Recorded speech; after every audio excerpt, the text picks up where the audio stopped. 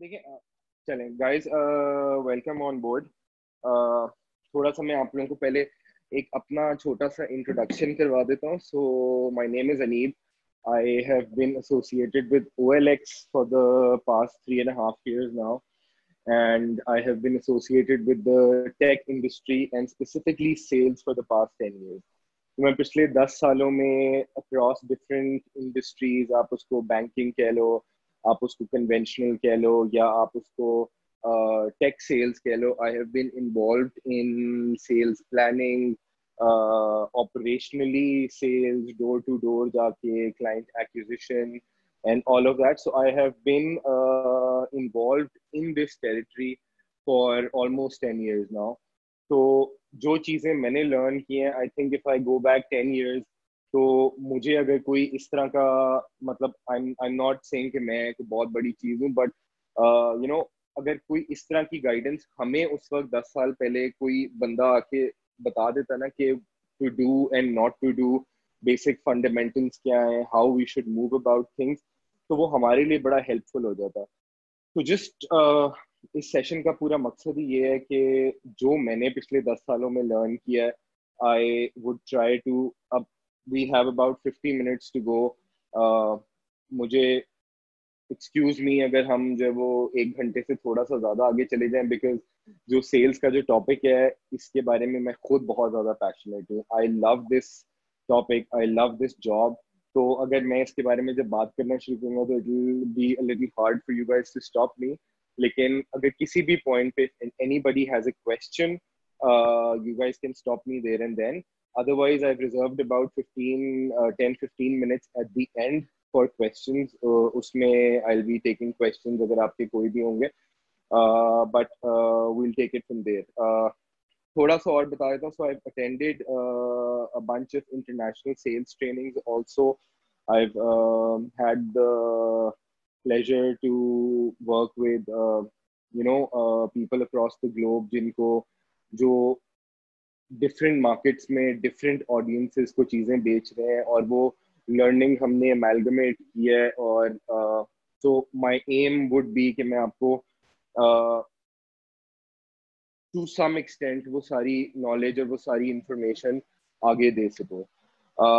Yeah, so given the time constraint, I think B2B marketing and sales are two massive topics in themselves, और अगर मैं दोनों को cover करने की कोशिश करूंगा तो we might not be able to complete even one in the given time frame. So what we'll do is कि right now in this session I will be talking specifically about sales, और इसके बाद अगर जवाद हमारे साथ call में, if these guys think कि एक और ट्रेनिंग सेशन ऑर्गेनाइज करना है, तो फिर we can maybe talk about B2B marketing also. So I'll start with that. Let me just share my screen.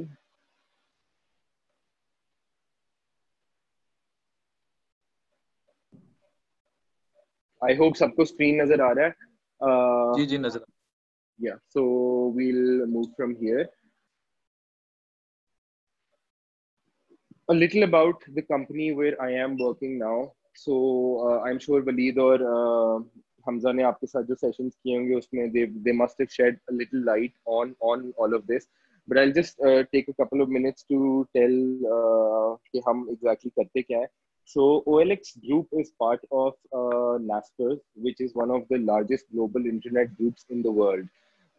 They're a $100 billion company present worldwide. जितना भी आपको ये मैप के अंदर ऑरेंज पार्ट नजर आ रहा है, that is where we operate, and orange is more than the gray part, which means that we're operating in more than 70% of the world. So आप देख रहे हैं presence in 120 countries. OLX Group is the classifieds part of Naspers. तो हमारे different businesses हैं across the world, जिसमें we run different classified platforms. They may be vertical platforms. For example, vertical platform is कि जहाँ पे सिर्फ एक type of product बिकता है. फॉर एग्जांपल पाकिस्तान में ज़मीन.com is a property classified, Spark Wheels is an autos classified vertical. Rosie.pk is a jobs classifieds vertical, but OLX is a horizontal classifieds vertical. तो हमारे पास horizontal classifieds platform जहाँ पे हमारे पास different verticals होते हैं और हम उनके अंदर operate करते हैं. So these are just some of the companies that the group owns worldwide, and ये सारे more or less classifieds के अंदर ही deal करते हैं. Coming to sales, so like I've been told, most of you are fresh grads and आप लोग पहली दफा शायद इन topics को touch कर रहे हैं. So I'll maybe spend some time on all of this. So sales में ना, there are some fundamental principles to sales that you guys need to understand. The first and the foremost is that people buy from people.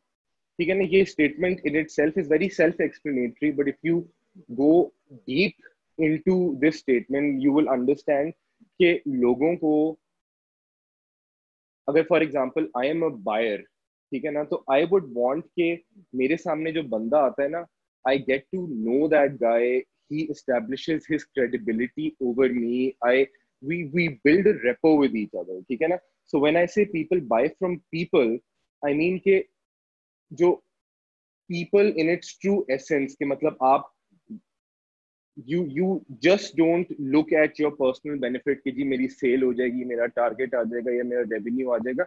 You need to look at it in a way कि आप अपने buyer का, you need to be empathetic towards the buyer, ठीक है ना. आपको, क्योंकि उसकी hard earned money है, he is going to be trusting you on your sales pitch, and then he's going to be investing his hard earned money with you. तो आपने अपने अंदर वो एक ह्यूमैनिटेरियन एलिमेंट को बिल्ड रखना है अपनी सेल्स पिच के अंदर. As long as you have that humanitarian element, जब आप एक बायर के सामने एक मीटिंग में बैठे हुए होते हैं ना, तो that does most of the work for you. अगर उसको ये फील होगा ना कि you actually care about his business, you actually care कि उसको फायदा हो रहा है कि नहीं हो रहा आपके प्रोडक्ट से, तो उसका एकदम से आपके ऊपर ट्रस्ट बिल्ड हो जाएगा. ही वुड देन मतलब वो आपकी हर जो आप बात बोलोगे उसको, he would take it in a very positive manner, और वो उसको he would try to implement all of that in his business. So the first and the foremost principle is that, you know, when you go into a sales pitch, you need to go with the mindset कि यार मैं यहाँ पे जो एक इसका intrinsic benefit है वो तो है ही कि मेरी जो प्रोडक्ट की सेल होगी तो मुझे रेवेन्यू मिलेगा, मेरा टारगेट पूरा होगा, मेरे वाह वाह होगी, सारा कुछ होगा. But again you need to look at it in a point of view कि आप उस बंदे को actually you're trying to add some positivity to his business, you're trying to help him achieve his business objective. जब आप इस mindset के साथ जाते हो, things automatically start becoming easier. The second fundamental principle is that people need a reason to change. तो जब हमने सेल्स करना स्टार्ट की थी आज से 10 साल पहले, तो हमें अक्सर लोग कहा करते थे कि यार आपने ना जाके मार्केट में डिमांड क्रिएट करनी है, आपने लोगों को कंपेल करना है कि वो चेंज करें उनको ये वो. But now sales has evolved from an art to a science, ठीक है ना. तो today standing here in front of you all, I can very easily say कि sales is no more just an art, ठीक है ना. It's a complete science जो कि anybody can learn sales just like anybody can learn science, ठीक है ना. तो it's not something that you're born with, it's something that you learn, और आप उसके जो principles हैं उसको अपने sales pitch और अपने attitude and the way you work, आप you implement all of that in that, and that's when you become good at sales. People need a reason to change का मतलब है कि you know, so मेरा एक business objective है, मैं उस business objective को achieve करना चाहता हूँ, but उसमें मेरे कोई issues आ रहे हैं, ठीक है ना. मेरा एक business objective को fulfill होने से एक business issue रोकता है, ठीक है ना.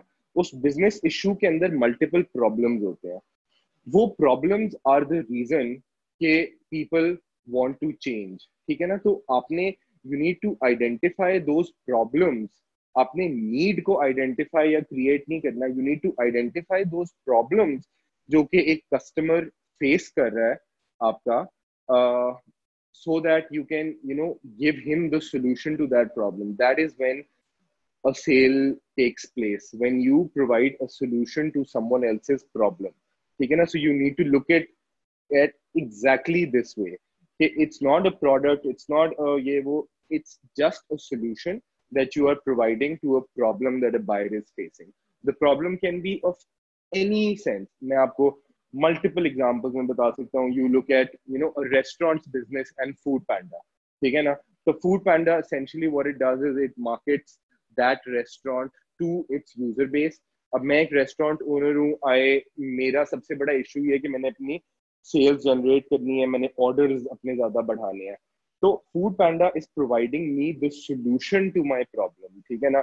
वो मुझे एक ऐसी ऐप दे रहा है जिसके ऊपर मैं जाके अपने मेन्यू और अपनी हर चीज को हाईलाइट कर सकता हूँ, and then they would push it to the audience, और रिजल्ट उसका एग्जैक्टली वो होगा जो मेरी प्रॉब्लम का सोल्यूशन है. I would start getting orders. ठीक है ना? तो that is the solution problem वाला. The solution is in mind of the buyer. जब आप कस्टमर के पास जाते हैं ना, तो एक बायर को हमेशा पता होता है कि मेरा सोल्यूशन इस प्रॉब्लम का क्या है. ठीक है ना? तो आपने बेसिकली जाके उससे अगर आप लेफ्ट राइट की बात करना शुरू कर दोगे, आप उससे बहुत ज्यादा टेक्निकल टर्म्स में बात करना शुरू कर दोगे, तो दैट माइट यू नो उसमें वो वाला उसको फील नहीं आएगा. So what you need to do is कि आपने उसके माइंड में जो सोल्यूशन है ना, वो आपने उससे किसी तरह बुलवाना है. Moving on in this presentation, I will discuss ways कि हम कैसे उन सोल्यूशन जो बायर के माइंड में है उसको अनकवर करके उसको अपने प्रोडक्ट के साथ रिलेट करके, and then we create a match. ठीक है ना? तो I will further talk about this. People make emotional buying decisions for logical reasons. Again आपने उन्होंने अपने माइंड में उसको जो है वो लॉजिकली सेटिस्फाई कर लिया होता है कि यार मुझे फूड पैंडा की जरूरत इसलिए है क्योंकि मुझे अपने ऑर्डर्स बढ़ाने हैं. तो once it's satisfied in his mind, if he has a logical reasoning behind it, तो फिर आपका काम वहां पे हो गया. The correct use of power is key. इसका मतलब primarily ये है कि when you're going in a sales meeting, तो आप you need to meet with the power person. Who is the power person? The decision making authority. अगर मैं एक रेस्टोरेंट को ऑन बोर्ड लेकर आना चाहता हूँ as foodpanda on my app, तो अगर मैं जाके वहां पे उसके वेटर से मिलके और उसको अपनी पूरी सेल्स पिच दे रहा हूँ, घंटा उससे बात कर रहा हूँ, उसका कोई फायदा नहीं, because the waiter does not have the authority or the power or the money to engage me as a partner. So basically, identification, this statement means that the correct identification of the decision maker is absolutely necessary for you to make a sale. And you can't sell someone to someone who can't buy. Basically, इसमें दो चीजें basic आती हैं जो मैंने आपको, एक तो ये बताया कि अगर आप राइट कस्टमर को नहीं पिच कर रहे तो एक उसका इशू है. उसके अलावा सेल्स में हम बोलते हैं कि जी there is a willingness and then there is an ability. ठीक है ना? जब ये विलिंगनेस एंड एबिलिटी कंबाइन हो जाती है एक कस्टमर के अंदर, that is when a sale tax place. ठीक है ना? तो I give you an example. मैं विलिंग हूं कि मैं पोर्शे खरीद लूं. ठीक है? बट क्या मैं एबल हूं पोर्श खरीदने का? नहीं. क्यों? क्योंकि मेरे पास 2 करोड़ रुपए की गाड़ी खरीदने की तो मेरे पास बजट ही नहीं है. सिमिलरली, अगर एक बंदा है जिसके पास 2 करोड़ रुपए बैंक में तो पड़े हुए हैं, लेकिन वो विलिंग ही नहीं है उसको एक गाड़ी पे स्पेंड करने में, he rather spend that money on you know a plot investment और समवेयर एल्स, उसको बैंक में रख दे, तो in either scenarios you will not be able to make a sale. So what you need to find is the perfect match between a willing and an able buyer. वो बंदा जिसके पास budget भी है आपका product खरीदने का और जो खरीदना चाहता भी है. ठीक है ना? तो आपने you need to identify this and only then can you make a successful sale. Yeah. So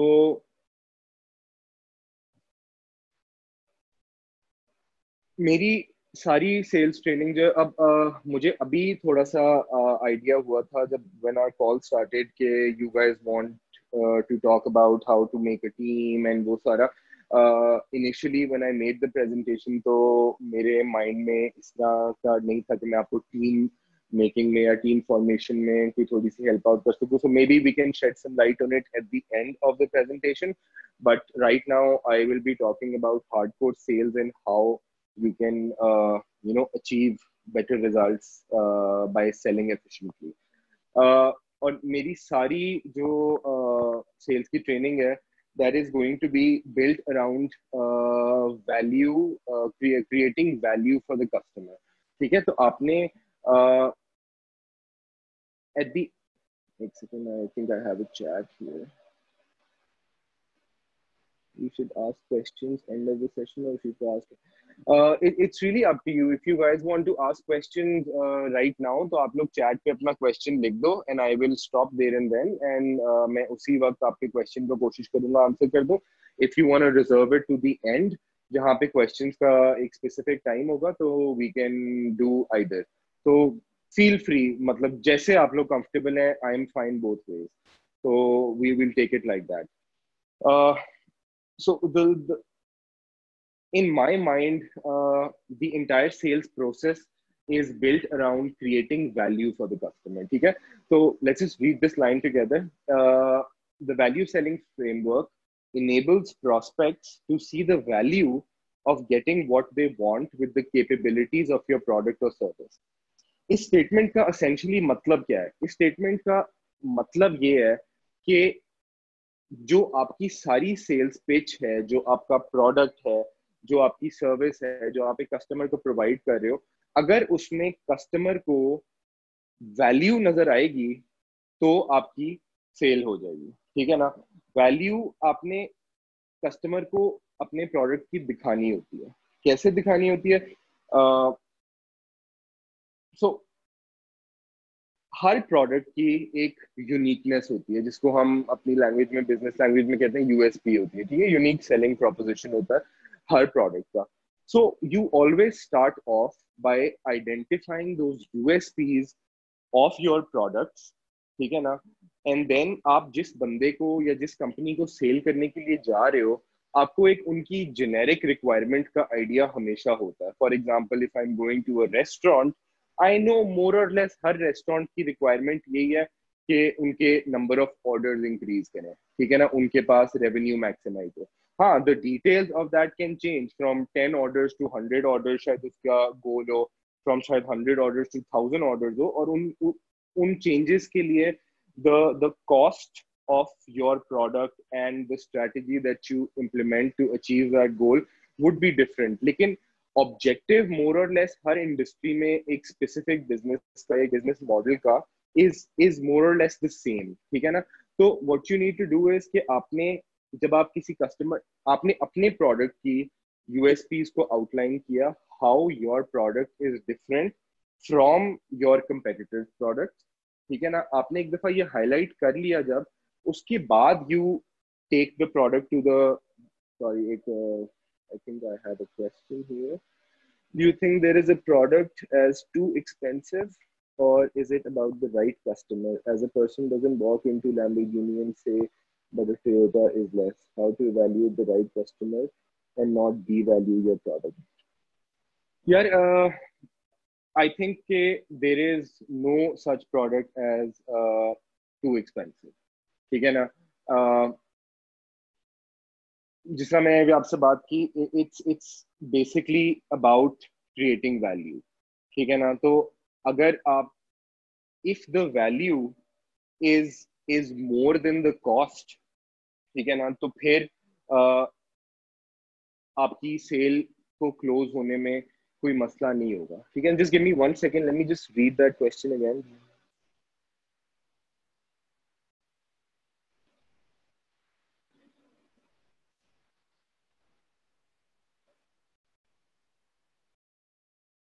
Yeah, so I don't think that there is anything such as too expensive. It's all based on the value that you provide. Obviously, अगर आप like my initial example, कि अगर आप जो है वो एक willingness और ability वाली चीज के ऊपर you shed some light on it, कि अगर एक कस्टमर willing है लेकिन उसमें ability नहीं है, या कस्टमर में ability है वो willing नहीं है, तो फिर obviously there is not a vision match. But अगर आप एक कस्टमर ऐसा है जिसके अंदर विलिंगनेस और एबिलिटी दोनों है, तो फिर प्रोडक्ट की प्राइस जो है वो that becomes irrelevant, that's more about the value. For example, अगर आपके जिस तरह आपका जो क्वेश्चन है, अगर मैं इसी के बारे में बात करूं, 2 करोड़ रुपए की गाड़ियों की प्राइस रेंज में you have Lamborghini, you have Porsche, you have V8, ठीक है ना, एंड यू हैव मर्सिडीज के 1-2 मॉडल स्पेशल। अब ये सारे compete कर रहे हैं उस कस्टमर को बेचने के लिए जिसने 2 करोड़ रुपए गाड़ी में इन्वेस्ट करना है। इनमें से कौन सा ऐसा मैन्युफैक्चरर है जो कि सक्सेसफुली उस कस्टमर को सेल कर सकता है, ठीक है ना, वो जो उस कस्टमर की प्रॉब्लम को सेटिस्फाई कर सके, ठीक है ना। फॉर एग्जाम्पल, वो बंदा है जिसके 2 बच्चे हैं, ठीक है ना, अब he is willing to spend 2 crore रुपए, लेकिन वो एक 2 सीटर गाड़ी शायद ना लेना चाहे, ठीक है ना, वो एक ऐसी गाड़ी लेना चाहिए जहां पे वो अपनी फैमिली के सारे मतलब 3-4 लोगों को बिठा के चला सके गाड़ी, ठीक है ना। शायद वो he would be more comfortable with V8, वो शायद बड़ा ट्रैवलिंग एंथुजियास्ट हो, तो वो चाहे कि मैं इस तरह की गाड़ी लूं जिसमें मैं अप नॉर्थ जा सकूं, आराम से मैं हुंजा शुंजा फिर के आ सकूं। So it's basically the solution that your product provides for his problem, ठीक है ना। तो अगर वो वैल्यू जो आपका प्रोडक्ट क्रिएट करता है that is sufficient for the customer, then I think price is just secondary, ठीक है ना। तो और इधर हम इस पूरे सेशन में we are going to be focusing on creating value, identifying value and uncovering value for our customers, ताकि हम उनको अपना प्रोडक्ट प्रॉपर तरीके से सेल कर सकें। Yeah, so as I said before, कि sales is no longer an art, ठीक है ना, it has become a science, and this slide is testament to this statement कि it is now very very systematic, ठीक है ना। I'll explain this formula जो ये दुनिया में एक बड़ा आप कह लो कि it's proven कि if you follow this formula then you can make successful sales, ठीक है ना। What does it say? That a qualified prospect is equal to differentiated vision match into value, into power, into plan, ठीक है। I will further deep dive into each of these components of this equation आगे वाली slide में, but just to give you an idea, differentiated vision match means should they buy from us, ठीक है ना। This is exactly कि भाई क्या आपके प्रोडक्ट की कैपेबिलिटी वो है जो उस बंदे के प्रॉब्लम का सोल्यूशन प्रोवाइड कर सकती है। It's as simple as that, ठीक है ना। फूड पैंडा की वो कैपेबिलिटी है कि वो एक रेस्टोरेंट ओनर के प्रॉब्लम का सोल्यूशन प्रोवाइड कर सकता है, ठीक है ना। तो वहां पे एक डिफरेंशिएटेड विजन मैच क्रिएट हो जाता है। वैल्यू, विल दे बाय, ठीक है ना। इसमें बड़ा सिंपल है कि अगर मैं एक कस्टमर से कह रहा हूँ जाके कि जी मैं आपसे 10% ऑन एवरी ऑर्डर लूंगा, ठीक है ना, तो वो मुझे 10% देना माइंड नहीं करेगा, प्रोवाइडेड ही नोज कि अच्छा उसका रेवेन्यू इतने परसेंट एक्स अमाउंट से जंप कर जाएगा, और उसको वो वैल्यू उसके अंदर जब नजर आएगी तो उसको आगे कोई इश्यू नहीं होगा, वो मुझे 10% या इवन 15% भी देने में, as long as I can identify that value for the customer. Power, can they buy? I've already discussed that in the previous slide also, if you're pitching to the right customer or not, the right person in that organization. So are you pitching to the decision maker, or are you pitching to someone who just wishes to be a decision maker but actually does not have any power to take a decision, ठीक है ना। And plan, will when will they buy, ठीक है ना। plan में आपने जो it's mostly the proposal that you give to the customer, जब आप उससे मीटिंग करके आते हो, then you give them a formal proposal, so that is the plan, ठीक है ना। अब इन सब के बीच में मल्टीप्लाई का साइन क्यों लगा हुआ है, पता नहीं किसी के दिमाग में क्वेश्चन आया है या नहीं आया, but I just explain anyways कि मल्टीप्लाई का साइन इसलिए लगा हुआ है क्योंकि मैथ की इक्वेशन में अगर कोई भी मल्टीप्लिकेशन के बीच में जीरो आ जाता है तो the whole equation is zero, ठीक है ना। तो सिमिलरली इसमें what we trying to tell you is कि अगर इनमें से किसी भी एक चीज में you fail to do it, अगर इनमें से किसी एक जगह में भी जीरो आ जाता है, if you are not able to get to the power person, or if you fail to create value, or if your product does not have the unique capability to solve the buyer's problem, ठीक है ना, या फिर आपका proposal उन सारी चीजों को हाईलाइट नहीं करता प्रॉपर तरीके से जो कि एक कस्टमर की रिक्वायरमेंट है, then this equation will be a zero. ठीक है ना? So if you are able to like process each one of these components of this equation separately, then you can have a qualified prospect. Qualified prospect क्या होता है? Someone who you've made the sale to. ठीक है ना? जिसको आपने convert कर लिया है. ठीक है ना? So there is a prospect जिसको जो आपने आपने जब prospecting की तो आपने देखा there are 20 people जिनको मैं अपना product pitch कर सकता हूँ. क्वालिफाइड प्रोस्पेक्ट वो है जिसको आपने जब पिच किया तो वो कन्वर्ट कर गया. ठीक है? तो द कन्वर्जन टेक्स प्लेस. अगर मैं इसको सिर्फ एक इंग्लिश की स्टेटमेंट में बोलूं पूरी की पूरी इक्वेशन को, so it would mean that a transaction takes place when the seller can establish unique capabilities of their product and solve the problem for a buyer, provide a solution to the buyer, create value for the buyer in terms of price, and meets with the decision maker and provides a comprehensive plan to the customer कि हमारी पूरी services outline क्या करेंगी. ठीक है ना? So basically this in itself is your entire selling process. I will deep dive now into each component. अगर किसी का कोई question हो तो you more than welcome to write in the chat. अच्छा, हमारी sales pitch revolves around 3 different types of questions. ठीक है ना? जब मैं I just give you personal example. जब मैं OLX के लिए आज से 3.5 साल पहले इंटरव्यू कर रहा था सेल्स के लिए, तो OLX did not have a sales organization. ठीक है ना? Because it was not a money making business. OLX was a completely free platform for everyone to just post their ads on. I was hired to start the monetization process, यानी कि जो आपका businesses को tap करने वाला जो पहला part था, my job was to do that. So when I was interviewing to this Gora who was director of sales at the Bizzle. और उसके साथ जब मैंने उसने मुझे इंटरव्यू में कहा एक मॉक सेल्स पिच देने को, and the only thing which differentiated me from the rest of the candidates was कि मेरी sales pitch was not one sided. ठीक है ना?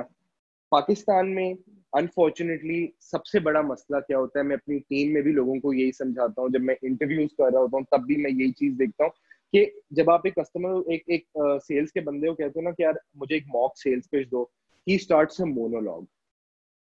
The idea is to have a conversation. if you have a conversation with the buyer, only then you can, you both can get to know each other. You can uncover the business issue that he's facing. You can uncover the problems. तो ये it has to be a conversation. अगर आप इसको एक monologue one sided conversation से रखोगे कि मैं OLX से आया हूँ, हम दुनिया पाकिस्तान की सबसे बड़ी वेबसाइट है, ये वो फलाना फलाना, वो कस्टमर जो है वो 2-4 मिनट के बाद ना he will lose interest. To make your sales pitch more engaging, you need to ask questions. ठीक है ना? You need to make it into a conversation rather than a monologue. What I will tell you now is कि आप किस type के questions अपने customer से पूछ सकते हो. वो questions आपको किस तरह की चीज अनकवर करने में हेल्प करेगी और कैसे आप एक दूसरे के साथ एक रेपो बिल्ड कर सकते हो. So there are 3 different types of questions. We have the open-ended questions. They are designed to surface customers' view of current conditions. ठीक है? I think it's very self-explanatory. आगे मैं डिटेल में आपको इसकी एग्जांपल्स भी दूंगा. Probing question, it raises issues that didn't surface on their own. It's used to expand the prospect's view. ठीक है ना? Probing question कुछ ऐसा होता है कि जी मैं आगे एग्जांपल में आपको बताता हूँ, but you basically like the name suggest, you probe and you try to get the customer talking और आप उससे कोई ऐसी information निकलवाओ which can help you establish your uniqueness and at the same time something that the customer is not willing to tell you. ठीक है ना? So for example इसमें एक from the top of my head would be कि अगर एक मैं eat हूँ, फूड पैंडा भी है और एक रेस्टोरेंट भी है. ठीक है ना? मैं एक रेस्टोरेंट ओनर के पास जाता हूँ, मैं जाके उससे एक ओपन एंडेड क्वेश्चन पूछता हूँ, जी आपका कैसा चल रहा है काम, आप आप और किसके साथ काम कर रहे हैं, do you use any platform to generate orders for your restaurant. तो ये it's an open ended question, वो मुझे बता देगा हाँ जी I am working with Foodpanda, I have an Instagram page, I have Facebook, ये वो मैं उस पर सब कुछ करता हूँ। But he will not tell me कि उसका फूड पैंडा के साथ एग्जैक्टली एक्सपीरियंस कैसा था। वो मुझे ये नहीं बताएगा कि फूड पैंडा उसके ऑर्डर्स को डिले कर रहा था, जिसकी वजह से उसके फेसबुक पेज के ऊपर लोगों ने नेगेटिव कमेंट्स लिखे हुए थे कि जी इनकी सर्विस नहीं अच्छी है, समथिंग लाइक दैट। तो ये वाली सारी चीजें मुझे, जब कस्टमर से ये वाली सारी चीजें वो हैं जो मुझे मेरी यूनिकनेस एस्टेब्लिश करने में हेल्प कर सकती है। इफ आई नो कि कस्टमर का प्रॉब्लम था कि उसको फेसबुक पेज पे नेगेटिव कमेंट्स आ रहे थे, क्यों? क्योंकि फूड पैंडा की सर्विस टाइमली नहीं थी और लोगों को खाना ठंडा मिल रहा था।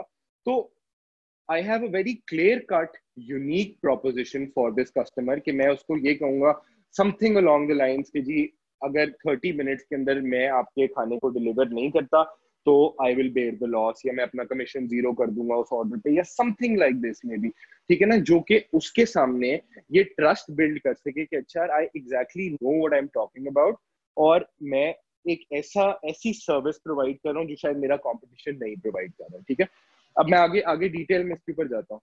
And then we have the confirming question. Confirming question basically सिर्फ जो आपने कस्टमर से सुनी है चीज, आप उसको एक दफा डिफरेंट वर्ड्स में you just say it back to your prospect. ठीक है ना, what that does essentially is कि एक बंदे ने आपको ये बता दिया कि हाँ जी फूड पैंडा के साथ मेरा एक्सपीरियंस अच्छा नहीं था क्योंकि वो उनकी सर्विस स्लो है।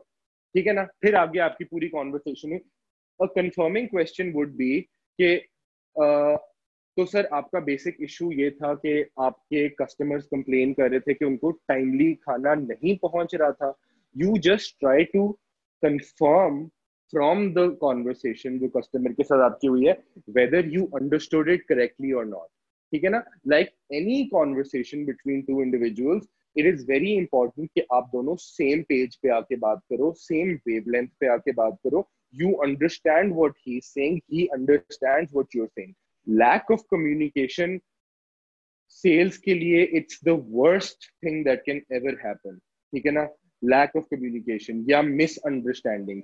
अगर आपके रिक्वायरमेंट कस्टमर की और आपकी अंडरस्टैंडिंग में एक डिफरेंस है तो that is a major flaw in the entire process then.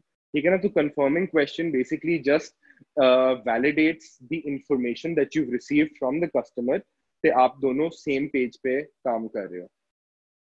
Okay, so we have a bunch of questions. I'll stop for 1 minute. How to go to market with the product that aim for B2B but rather B2C. ठीक है? People in our part of the world live bargaining and the free culture is very much there. How do you deal with the people always looking to save money because people are short of money majority? As our buying behavior is different from the buyers abroad, how do you deal with people wanting to buy an item for less? Achha, so I'll take each question one by one. How to go to market with a product that aimed for B2B but rather B2C. Uh, so B2C selling is completely different from B2B selling. ठीक है ना? The entire sales process जिसकी मैं आप लोगों से बात कर रहा हूँ, this is primarily B2B selling. ठीक है ना, जिसमें आपने जाके एक क्लाइंट से मिलना है, आपने उसको अपना साथ।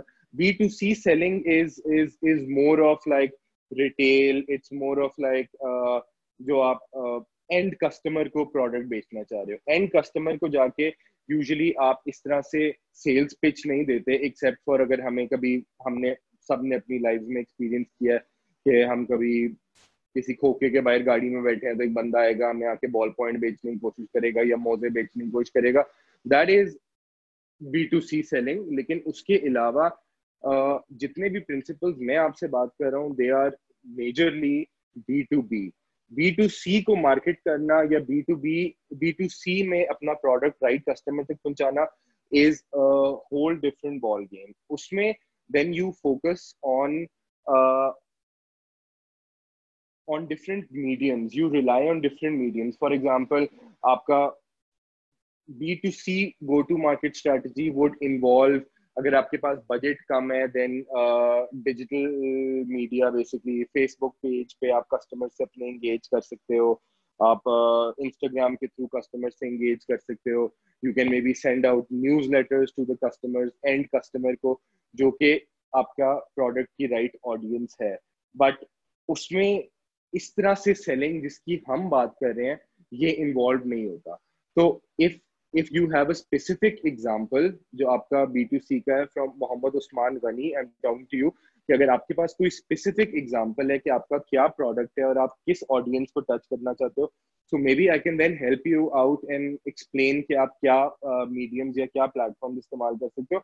But हमारा जो पूरा process या the training that we are undergoing right now, or the kind of sales that I have been involved in for the last 10 years, that is primarily B2B sales. ठीक है ना, उसमें आप जाके एक और business को ही sell कर रहे होते हो. So I can maybe help you out more on this later जब मेरी आपसे कोई बात हो. Mary Khan, people in our part of the world, like bargaining and the free culture is very much there. How do you deal with the people that are always looking to save money? Again, इस question में तो it's very simple. ठीक है ना, आपने पैसों की conversation अपनी सेल्स पिच में कोशिश करना है कि आप उसको जितना एंड में लेके जा सकते हैं आपने वो करना है. यूजुअली पाकिस्तान में क्या होता है, मैं खुद मैंने डोर टू डोर सेलिंग की हुई है, मैं जाके लोगों से मीटिंग्स करता था. जब आप भी कस्टमर के पास जाते हो और आप जाके उसको बताते हो जी मैं OLX से आया हूँ, तो वो कहता है हाँ जी बैठे हैं. उसको एक बेसिक आइडिया होता है कि अच्छा OLX में क्या करने के लिए आया है. वो कहता है हाँ जी बताएं आपका पैकेज कितने का है. ठीक है ना, आपने उस वक्त as a salesperson pressurize नहीं होना. सो देयर आर जो कम्युनिकेशन होती है ना, like in every relationship in our lives, ठीक है ना, there is a dominant person and then there is a submissive person in any conversation. ठीक है ना, जिस तरह फॉर एग्जांपल इस वक्त मैं आप लोगों से कॉन्वर्सेशन कर रहा हूँ, I am the dominant party because I am telling you guys what to do, I am controlling the flow of our conversation. उसी तरह when you're in a sales pitch, आप हमेशा कस्टमर के साथ you try to control the flow of the conversation yourself. अगर आपने किसी भी मोमेंट पे कस्टमर को फ्लो कंट्रोल करने की ऑप्शन दे दी तो वो फौरन हर चीज छोड़ के सीधा प्राइस पे आएगा.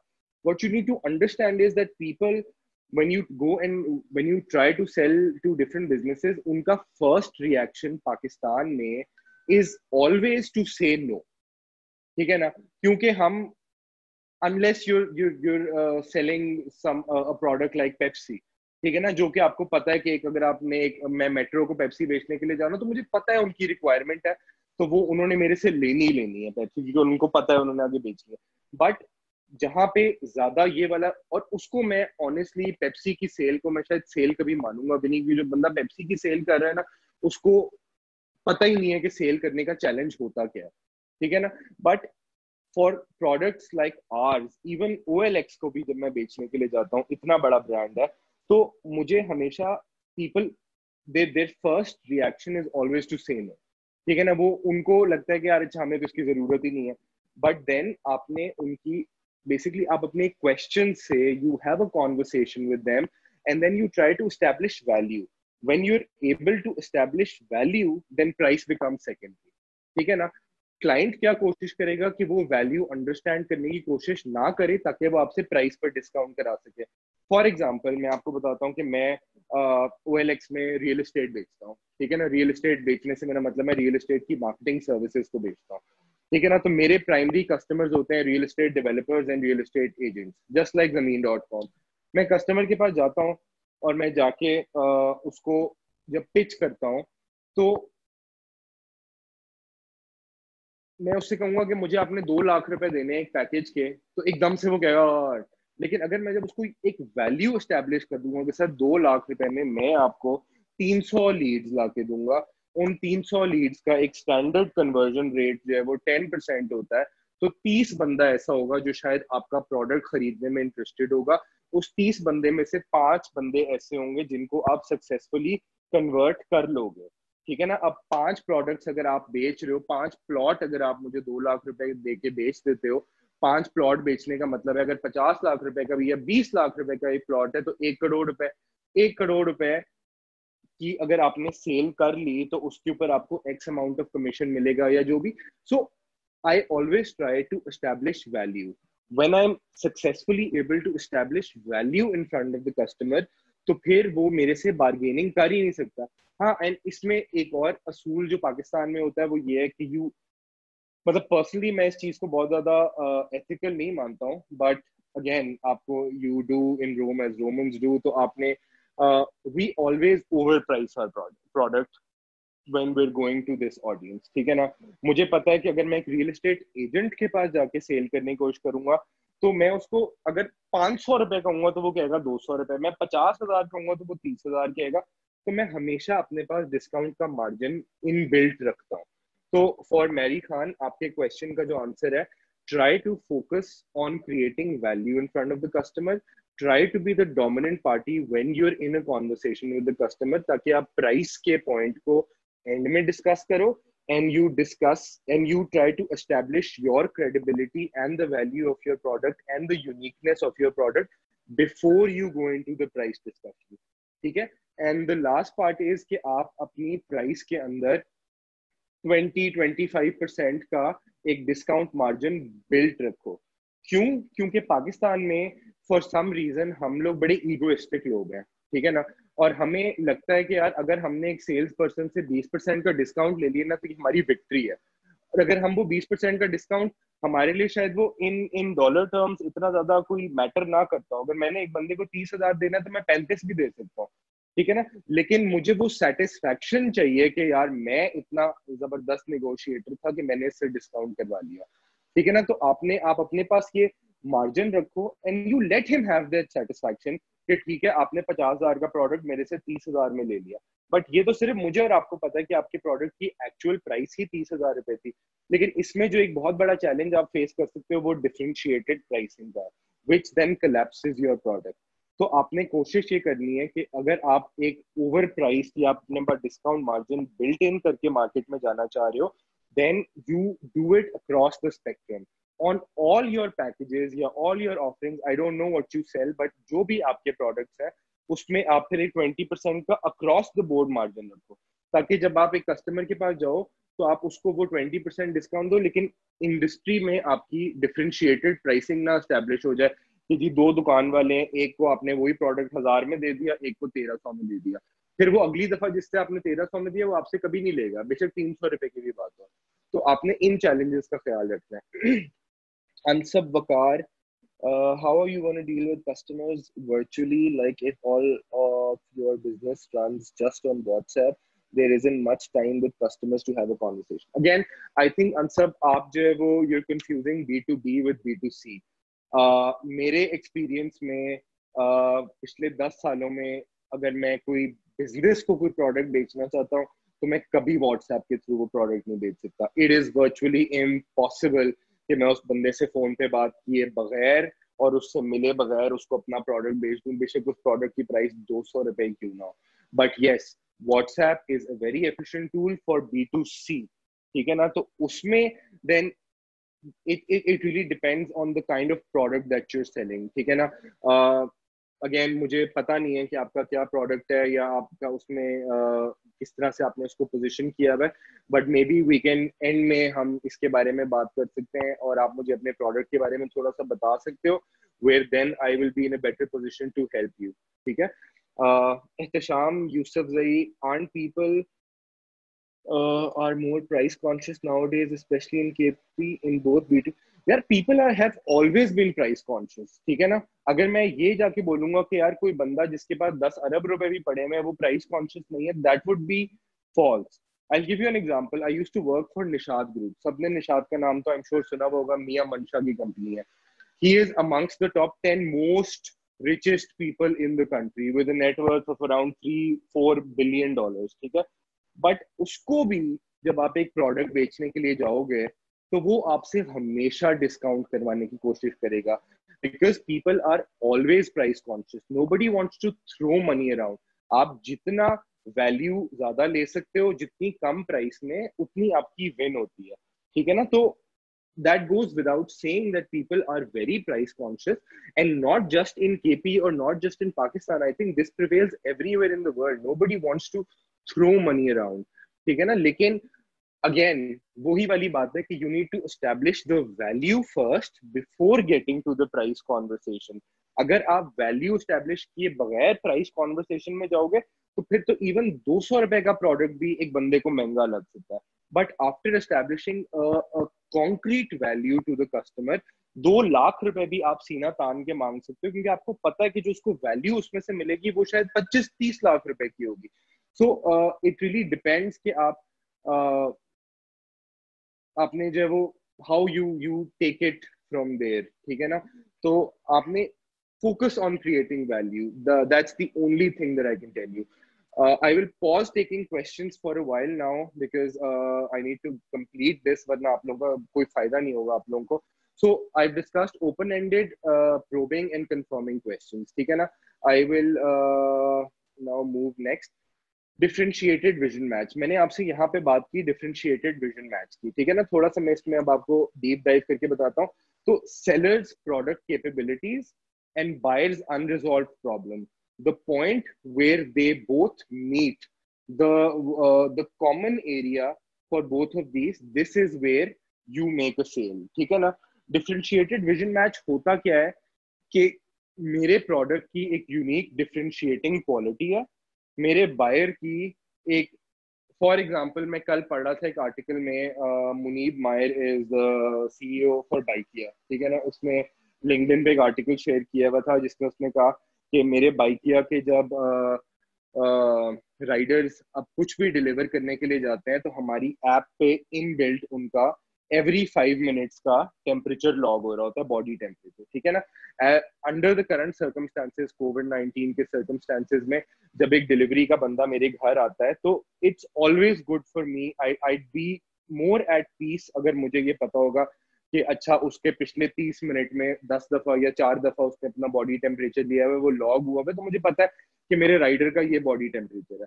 शायद फूड पैंडा, शायद चीते या जितने भी और delivery services, TCS, blue x, जो भी आपके चल रहे हैं, वो ये वाली चीज नहीं कर रहे.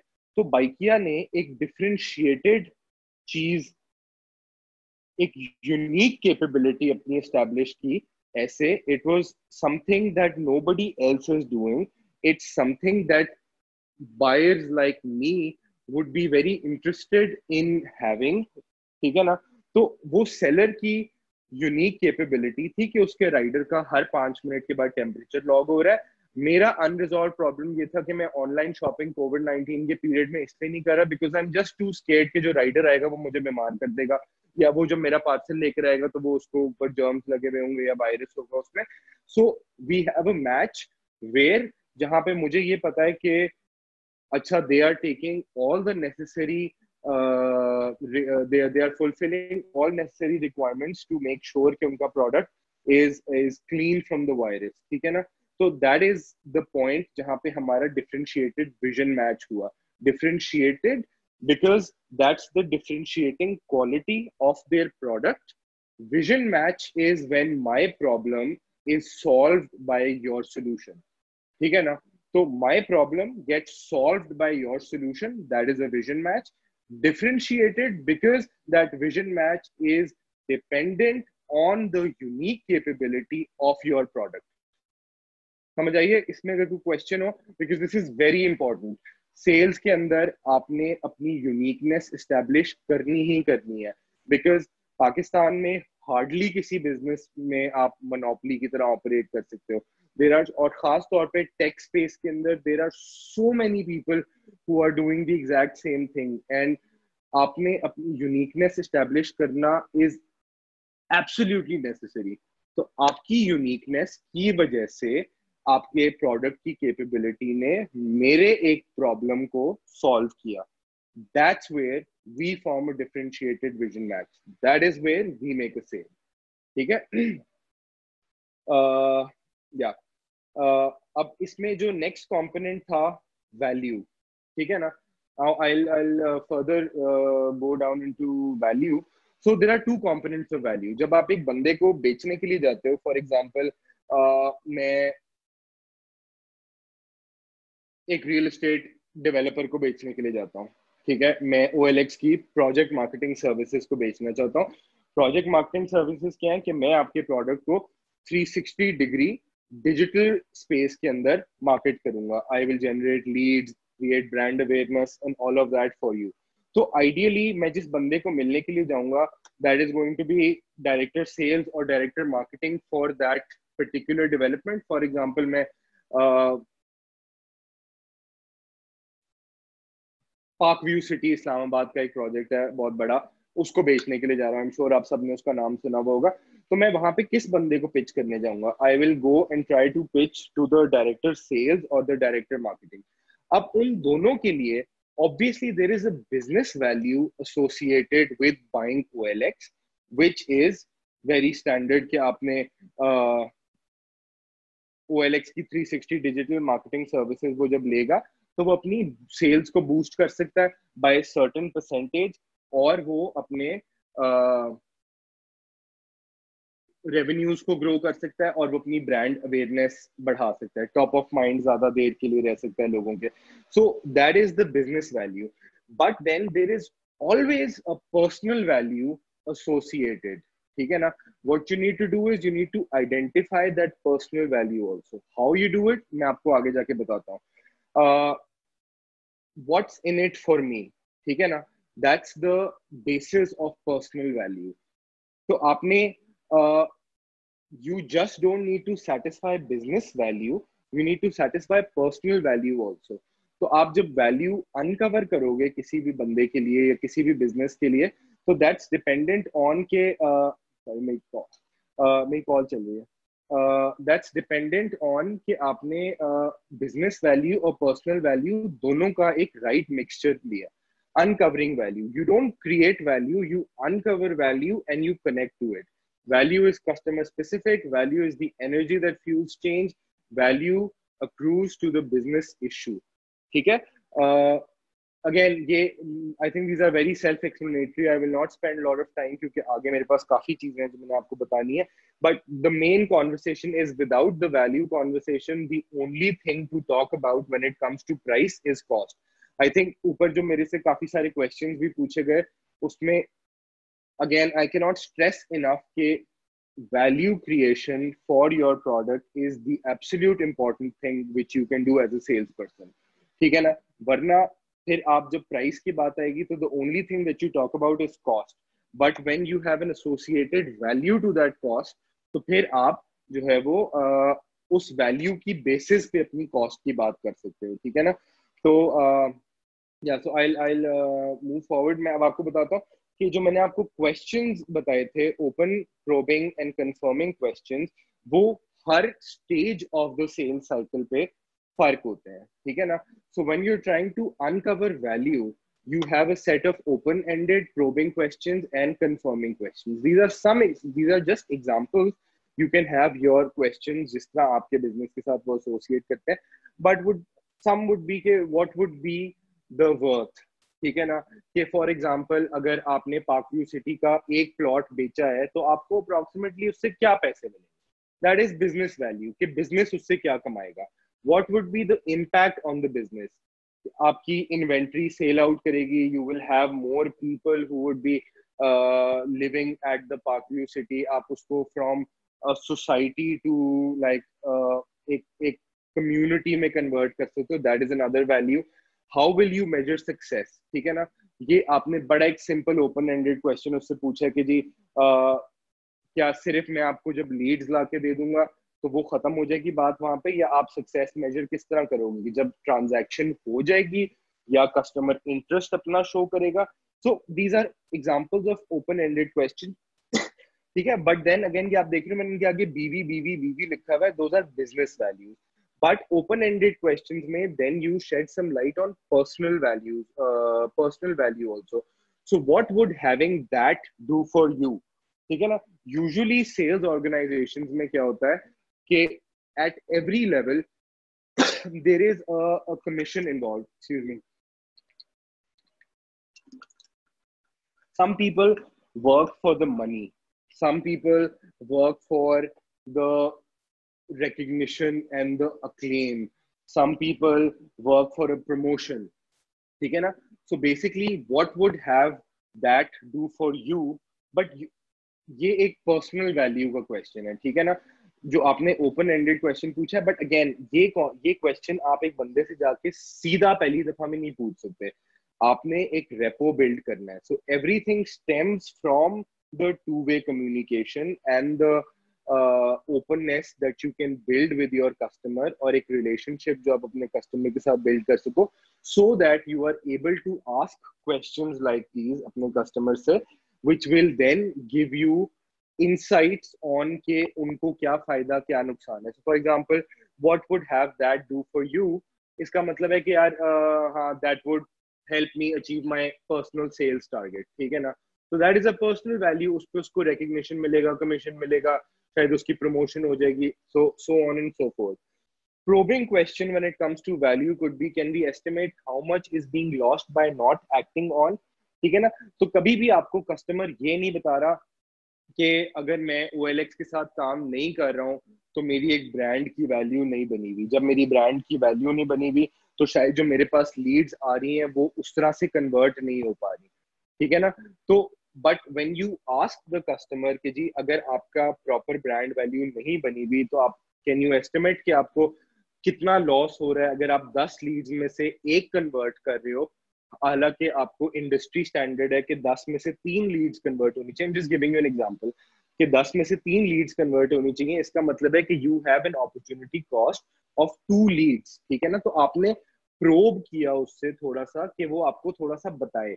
इससे क्या होगा कि आपको थोड़े से फाइनेंशियल समझ आ जाएंगे, ठीक है ना? कि अगर वो एक के बजाय 3 प्लॉट्स आपके थ्रू बेचना शुरू कर दे तो उसको 100% या 150% का एडिशन मिल जाएगा, अपने रेवेन्यू में बूस्ट मिल जाएगा.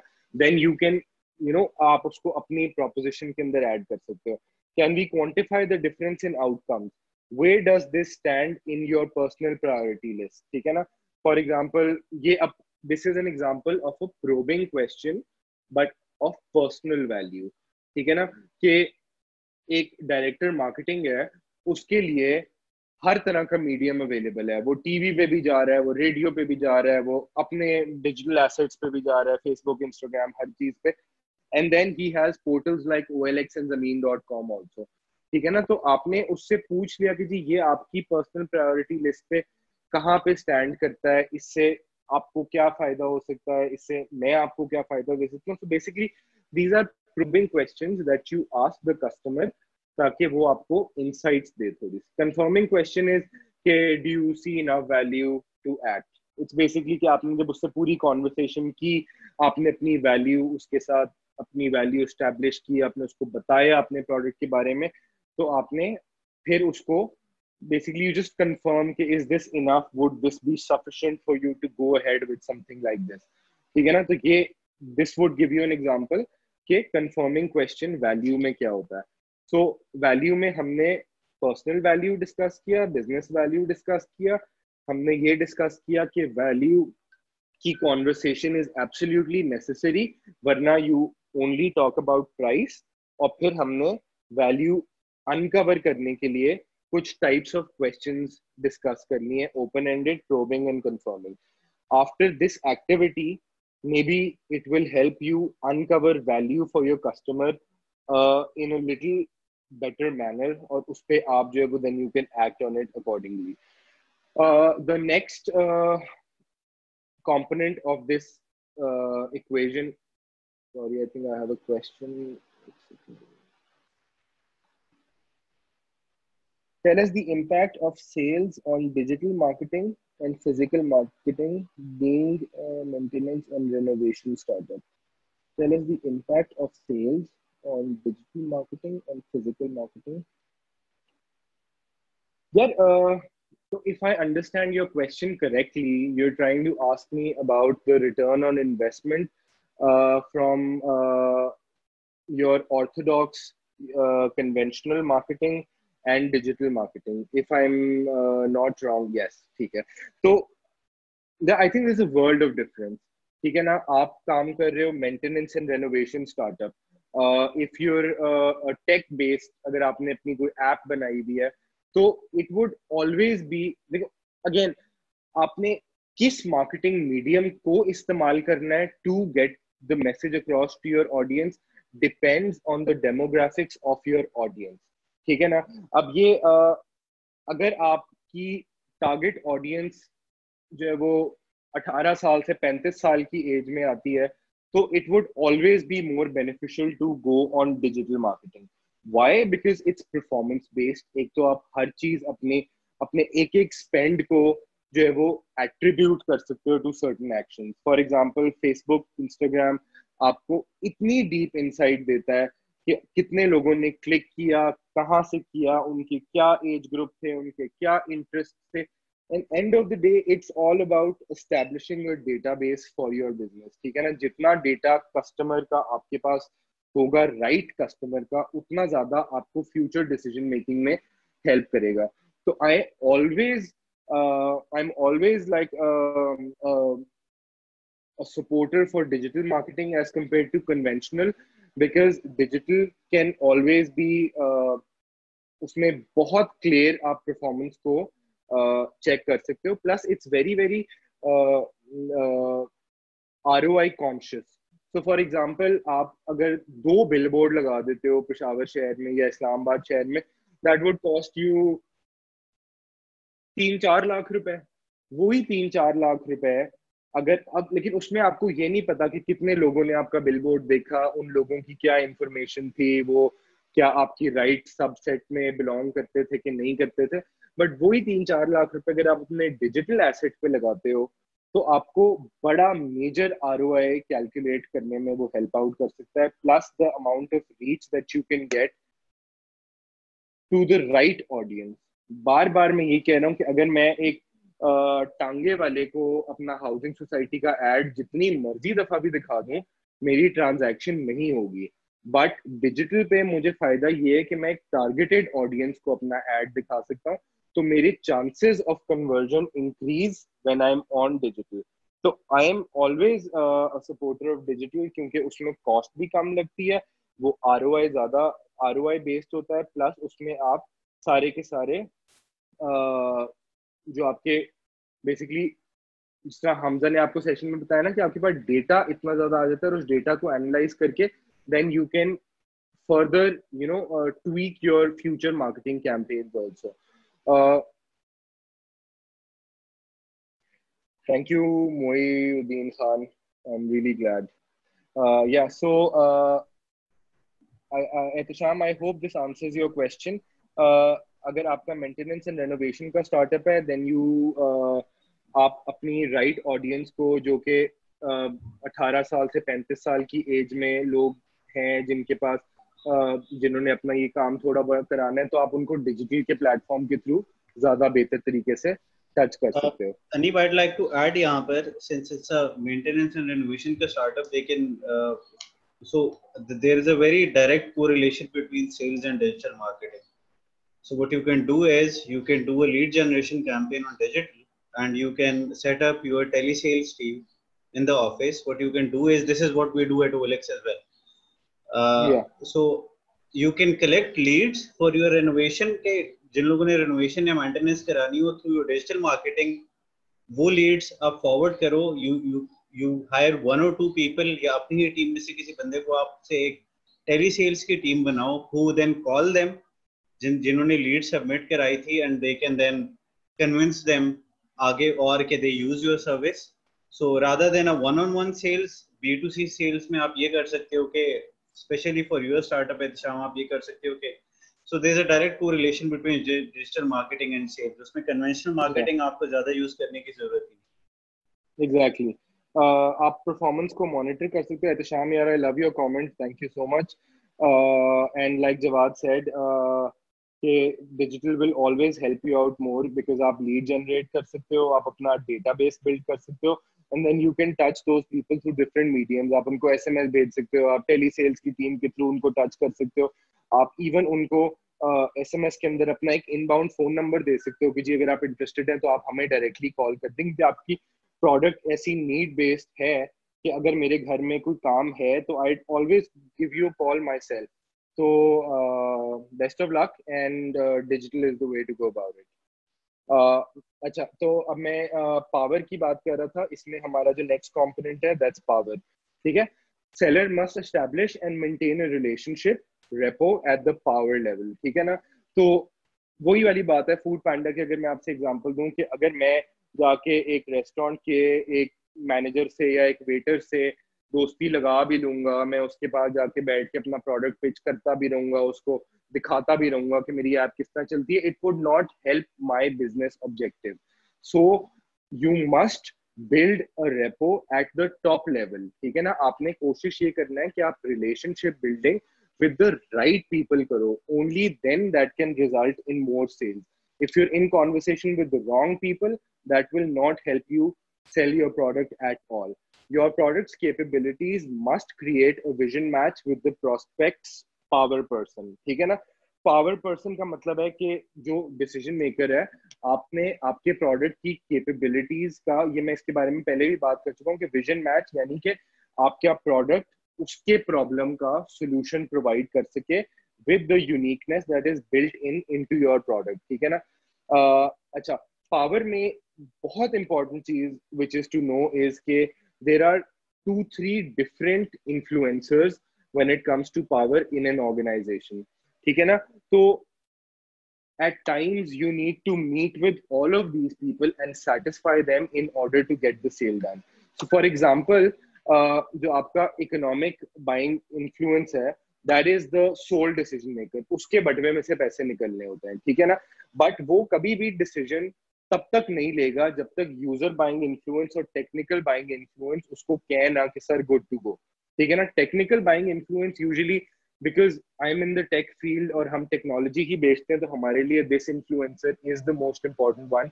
टेक्निकल बाइंग इन्फ्लुएंसर वो होता है जो who ensures product services meet technical requirements, screens out alternatives, makes recommendations to the economic buyer. अगर आपने टेक्निकल बाइंग इन्फ्लुएंसर को अपने प्रोडक्ट से सेटिस्फाई कर दिया, तो आप समझो कि economic buying influence automatically satisfied है, ठीक है ना। But someone that you need to look out for is a saboteur, ठीक है ना। ये वो बंदा है जो कि आपकी सेल को हमेशा सेबोटाज करने की कोशिश करता है। any person who is working either actively or passively to make sure that the decision is not made, ठीक है ना। ये इस तरह के लोग हमेशा हर ऑर्गेनाइजेशन में होते हैं। दे हैव पर्सनल एजेंडाज, शायद उनको आपकी कंपनी नहीं पसंद होगी, शायद वो चाहते होंगे कि वो अपने किसी दोस्त की कंपनी को बिजनेस दें, उनको नहीं फर्क पड़ता कि उसमें बिजनेस वैल्यू या पर्सनल वैल्यू क्या क्रिएट हो रही है क्या नहीं। उनका बड़ा एक वन सेट एजेंडा हो सकता है कि भाई हम चाहते हैं कि हम अपने फुप्पो के बेटे को बिजनेस दें, इसलिए ये जो भी आया है इसको निकालो। तो you need to be very very of these kind of people, and then you need to make sure कि आप economic, technical and user buying influencers के साथ मिल सके in the absence of the person who is trying to sabotage your sale, ठीक है ना। तो that and the correct use of power is key. इसका मतलब है कि आपने राइट बंदे को जब आप मिल लिए और आपने उसको कन्विंस कर लिया, so that is fundamental to your selling process. I think I have another question here. 12-volt DC solar powered starter kit for sewing machine. We mostly sell B2B in most of the cities, but we are not getting reoccurring orders except few. Main reason is our distributors are not able to sell our product. यार इसमें ना जो मुझे सबसे बड़ा issue लगता है ना, वो यही है कि आपके डिस्ट्रीब्यूटर को आपके प्रोडक्ट की उस तरह से नॉलेज ही नहीं है। जो मेरे लिए सबसे बड़ा कंसर्न है when I read your statement is के सेल्स में ना, मैं बिल्कुल बेसिक्स में जाके आपको ये बताने लगा हूँ कि सेल्स में ना दो चीजें एब्सोल्युटली इंपॉर्टेंट होती हैं, know your product, know your customer, ठीक है ना। अभी हम सारी जो कॉन्वर्सेशन कर रहे हैं ना वो नो योर कस्टमर के अराउंड है, ठीक है ना। बिकॉज आई बिलीव कि आप लोगों को ऑलरेडी नो योर प्रोडक्ट तो है ही, ठीक है ना, तो इसलिए मैंने उसके बारे में कोई बात नहीं की। But the way that you understand your product, the way Ansab you can explain the unique capabilities of your product to me, वो कोई भी डिस्ट्रीब्यूटर उस तरह से नहीं कर सकता। So maybe a suggestion from the top of my head would be कि आप डिस्ट्रीब्यूटर के साथ कोशिश करो कि 2-3 बड़ी मीटिंग्स में खुद चले जाओ, जाके देखो कि डिस्ट्रीब्यूटर क्या गलत कर रहा है, क्या वो अपनी सेल्स पिच में इस तरह कर रहा है, शायद मार्जिन का मसला हो, ठीक है ना, कि एक ही बंदा है जो, for example I give you very small example के हमें अपने मैं जब निशात में काम करता था तो हमें अपने ऑफिस के लिए एक बड़ा जनरेटर लेना था, ठीक है, 800 kVA का। तो एक डिस्ट्रीब्यूटर 6 डिफरेंट कंपनीज के जनरेटर बेच रहा था, ठीक है, लेकिन वो करता क्या था कि उसको जिस जनरेटर के ऊपर सबसे ज्यादा रिबेट मिलता था या उसको जिस जनरेटर के ऊपर सबसे ज्यादा पर्सनल बेनिफिट था, वो हमेशा उसी जनरेटर को पिच करता था और कोशिश करता था कि मैं ये जितने ज्यादा बेच सकूं उतना है। तो मे बी आपके केस में शायद आपका जो डिस्ट्रीब्यूटर है उसको किसी और प्रोडक्ट में ज्यादा पर्सनल वैल्यू मिल रही हो, तो वो आपका प्रोडक्ट जो है वो ऑडियंस को पिच ही ना करता हो प्रॉपर तरीके से, ठीक है ना। तो there could be a number of reasons, but क्योंकि डिस्ट्रीब्यूटर बेस्ड सेल का मतलब ये है कि then you don't have things in your own hand, ठीक है ना, आप you are dependent on someone else के वो जाके आपके लिए आपका प्रोडक्ट बेच रहा है।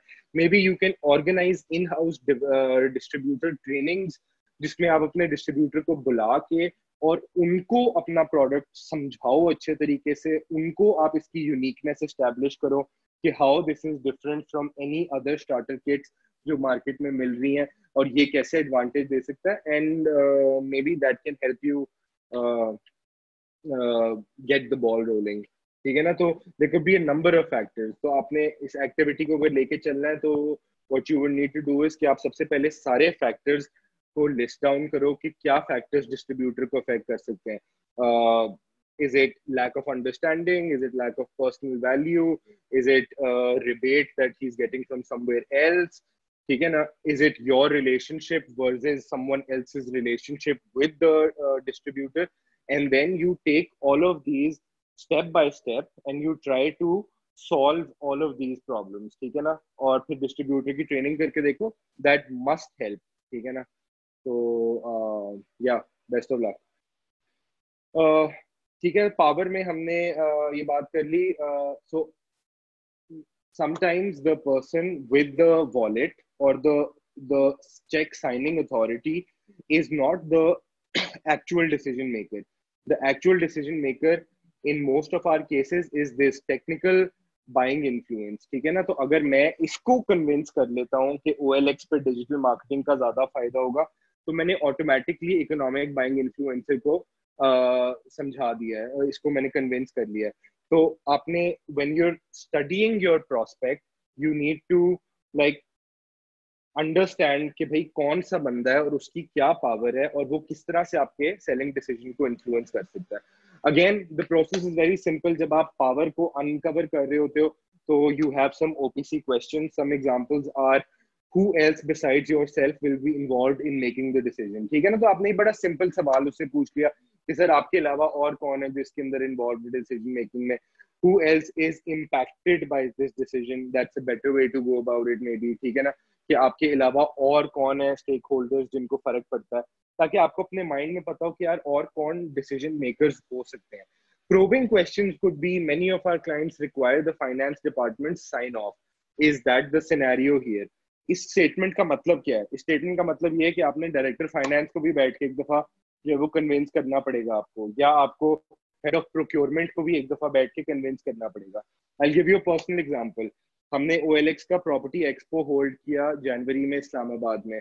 I was the lead for the project में और जवाब डायरेक्टली उसके ऊपर सारा काम कर रहे थे। पाकिस्तान का सबसे बड़ा डेवलपर है 18, आप सबने उसका नाम सुना होगा इस्लामाबाद में। मैं 7-8 डिफरेंट मीटिंग्स के बाद आई मैनेज कि मैं उनको 80 लाख रुपए की टाइटेनियम स्पॉन्सरशिप लॉक कर लूं उनके साथ। हर चीज हो गई, मेरा प्रपोजल साइन हो गया, हर चीज हो गई।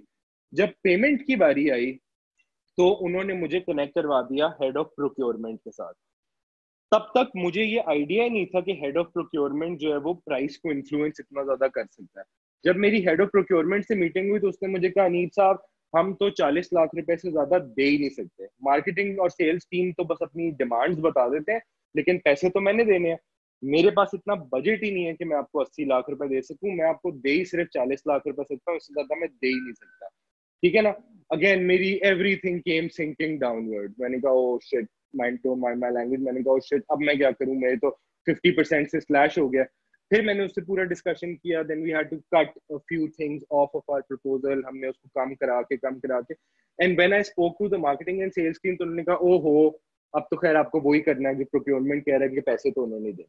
सो this is just an example to tell you के यू नीड टू, मेरी गलती थी कि मैंने उस वक्त ये नहीं सोचा कि प्रोक्योरमेंट इतना पावरफुल हो सकता है, बट यू अर्न और यू लर्न, ठीक है ना। तो मैंने अर्न तो उस केस में नहीं किया, लेकिन मैंने लर्न जरूर कर लिया कि मैं अगली दफा जब सेल्स पे मैं जाऊंगा तो आई विल मेक श्योर कि मैं फाइनेंस का अप्रूवल उसमें ले सकूं, ठीक है।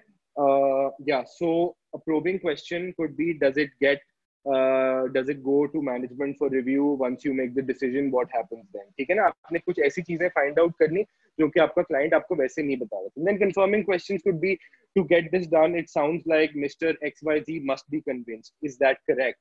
ठीक है ना, तो ये आपने उससे पूछ लिया, क्लियर एंड कट। अगर वो कहता है नहीं जी बस आई am the decision making authority, great. अगर वो कहता है यस, तो फिर आपने अलोंग द लाइंस ये पूछ लेना है कि जी तो हम मुझसे कब मिल सकते हैं। आप उस मीटिंग में डिसीजन मेकर के साथ मीटिंग सेटअप करके आते हो, that is very important. And या प्लान का मैं जल्दी से बस will be done in another 10 minutes, ठीक है ना, तो please bear with me. Plan में दो तीन चीजें हैं which you need to keep in mind, ठीक है ना। Plan is the last step of our qualified prospect equation. Plan में आपने बड़ा simply put, it needs to be mutually developed, it starts with the end in mind, and the plan should always be in writing. I think it's very self-explanatory, लेकिन मैं थोड़ा सा आपको फिर भी इस पे एक्सप्लेन करता हूँ in case there is some confusion. Mutually developed का मतलब है कि आप दोनों को क्लियर अंडरस्टैंडिंग होनी चाहिए कि क्या रिक्वायरमेंट्स हैं, क्या प्रॉब्लम्स आ रही हैं, क्या इश्यूज हैं, ताकि you're on the same page, ठीक है ना। the plan should be made mutually, वरना ये ना हो कि 3 months down the line आपको लग रहा हो कि आपकी परफॉर्मेंस A1 जा रही है अपने डिलीवरेबल्स के ऊपर, लेकिन असल में जो in the mind of the buyer है वो कह रहा हो कि अच्छा ये तो बिल्कुल 20% पे परफॉर्म कर रहा है। So you need two mutually decide the KPIs, the key performance indicators, they need to be decided mutually, they should be agreed upon by all the stakeholders, ताकि you all know what to expect. Expectation management, this step is essentially expectation management जो आप अपने buyer की कर रहे हो कि वो आपको जो अगर फर्ज करो 10 लाख रुपए दे रहा है तो वो 10 लाख रुपए में क्या एक्सपेक्ट कर रहा है, that needs to be clarified at the start. Number 2 starts with the end in mind. इसका मतलब है कि जो आपका बिजनेस ऑब्जेक्टिव है या बिजनेस इशू है, आप उसको माइंड में रखते हुए रिवर्स इंजीनियरिंग करते हो हमेशा प्लान बनाते हुए, एंड यू ऑलवेज आपकी पूरी स्ट्रैटेजी इस तरह से फॉर्मुलेट की जाती है कि आपका जो एंड है वो अचीव हो सके। So more often than not it is reverse engineer, ठीक है ना। आप बैकवर्ड्स मूव करते हो अपने प्लान बनाते हुए सो दैट आपको पता हो कि एंड रिजल्ट अचीव करने के लिए मैंने ये चीजें करनी है, और उसकी बेसिस पे आप cost, for example I just give you very small example, मैं पार्कव्यू सिटी को पिच कर रहा हूँ। उनकी रिक्वायरमेंट है कि OLX को OLX उनकी सेल्स बूस्ट कर दे बाय 20%। मुझे पता है कि वो बाय 50%, ठीक है, राउंड ऑफ में रख लेते हैं। मुझे पता है कि वो 10 प्रोजेक्ट्स 10 प्लॉट्स बेच रहे हैं एक महीने में, अब वो 50% से अपनी सेल्स इंक्रीज करना चाहते हैं। इसका मतलब है they want to sell 15 plots. इसका मतलब है मैंने 5 एडिशनल प्लॉट्स उनके बिकवाने हैं। 5 प्लॉट्स बिकवाने के लिए मुझे क्या कन्वर्जन रेट चाहिए अपनी नंबर ऑफ लीड्स के ऊपर। फॉर एग्जांपल 10% का कन्वर्जन रेट है, तो मैं 100 लीड्स दूंगा तो उसमें से 10 खरीदेंगे, यानी कि मैं अगर मैंने 5 बेचने हैं तो मैं 50 लीड्स दूंगा तो 5 प्लॉट्स उनके बिक जाएंगे। Just give you an example. और फिर मैं बैकवर्ड मूव करते हुए कहता हूँ अच्छा 50 लीड्स देने के लिए मेरी कॉस्ट पर लीड आएगी शायद $5 के हिसाब से एक लीड है, तो मैं 50 लीड्स इतने की दूंगा, उसके ऊपर मेरे चार्जेस हैं ये वो करके, and then I finalise the cost, ठीक है ना। So it should be made keeping the start keeping the end in mind, ठीक है ना। And it should always always always always always be in writing, ठीक है। मैं 10 दफा और भी ऑलवेज कह सकता था, मैंने खुद भुगता हुआ है कि मैंने अगर सिर्फ जबानी कोई एग्रीमेंट कर लिया किसी बंदे से तो बाद में वो बैक ऑफ कर गया. It should always be in writing. मैंने आपके सामने एक एग्जांपल रखा हुआ है, ठीक है, कि किस तरह से आप एक प्रपोजल या एक प्लान एक क्लाइंट को भेज सकते हो आफ्टर द मीटिंग. कि जी हमने आपसे मीटिंग की, आपका प्राइमरी सॉरी ये हाँ, तो बिजनेस इशू आपका ये था, उस बिजनेस इशू के अंदर अंडरलाइन प्रॉब्लम ये थी. अब मैं आपको एक एग्जांपल इस पूरे की बता देता हूँ and then will end it there. बल्कि नहीं, चलिए आई विल मूव फॉरवर्ड. इस पे मैं I will come back to this. Plan के ओपीसी क्वेश्चंस अगेन आपका, what do you need to see to be convinced, what steps do you suggest we put together. ये open ended question हो सकता है. Probing questions में does it make sense to meet with the owner, ठीक है ना, कि क्या डायरेक्टर मार्केटिंग इज सफिशिएंट कि वो ये डिसीजन ले सकता है, ठीक है ना. Do you need a pre proposal review और a quotation, something like this. कि उसने आपको ये बोला नहीं है but you ask just so you know. Confirming question में when we complete this list, will you be ready to move forward?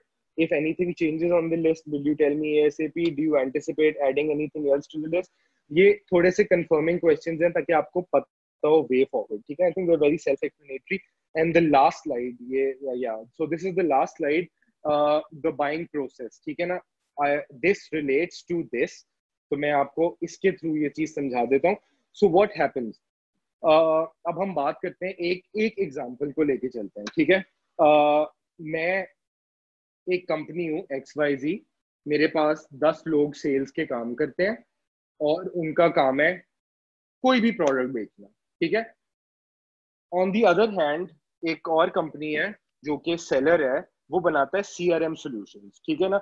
CRM क्या करता है, वो आपकी सेल्स टीम की एफिशिएंसी को बूस्ट करने में हेल्प आउट करता है, ठीक है ना. कैसे मीटिंग्स लॉग हो सकती हैं, कॉन्टैक्ट्स क्रिएट हो सकते हैं, लीड्स अकाउंट्स कन्वर्ट कर सकते हैं. हर चीज आपकी एक प्लेटफॉर्म के अंदर आ जाती है. वो ही आपको ट्रिगर सेट कर देता है कि भाई इस बंदे को फॉलो अप कॉल करो, इसका रिन्यूअल ड्यू है, इसने इतने पैसे दिए थे. So that's a CRM, client relationship management software उसको बोलते हैं. दुनिया में सबसे बड़ा CRM है सेल्स फोर्स, ठीक है. सेल्स फोर्स को एक बंदा बेचने के लिए मेरे पास आता है. मेरा बिजनेस ऑब्जेक्टिव क्या है? मेरा ऑब्जेक्टिव ये है what customer needs to accomplish to maintain or grow their business. My business objective is to grow my sales by 30% in the next 365 days. That is a business objective. मेरा business issue क्या है? What customers need to address and resolve to achieve business objective. ठीक है. मेरा business objective ये है कि my sales team is not working to 100% optimum efficiency, जिसकी वजह से मुझे लगता है कि उनके नंबर ऑफ आवर्स जो है वो proper. For example I have a telesales team, ठीक है ना. तो वो अगर दिन में 100 फोन कॉल कर सकते थे तो वो नहीं कर रहे. They're making 50 phone calls in a day, which means they're tapping 100% less audience than they should be in order for me to achieve my business objective. ठीक है. ये मेरा बिजनेस इशू है कि भाई मेरी sales team is not efficient. I need to increase their efficiency. Problems क्या हो सकते हैं? Combination of people, process and technology changes. Problems आपके 2-3 fields पे break down हो सकते हैं. You could have human resource problems. That would mean that you don't have the right skill set in your company to do a particular job. Process का मतलब है कि maybe आपने अपने processes को optimize proper तरीके से नहीं किया हुआ, जिसकी वजह से आपकी एफिशिएंसी इफेक्ट हो रही है. सो अगर पीपल प्रॉब्लम है then my product as sales force would not be sufficient.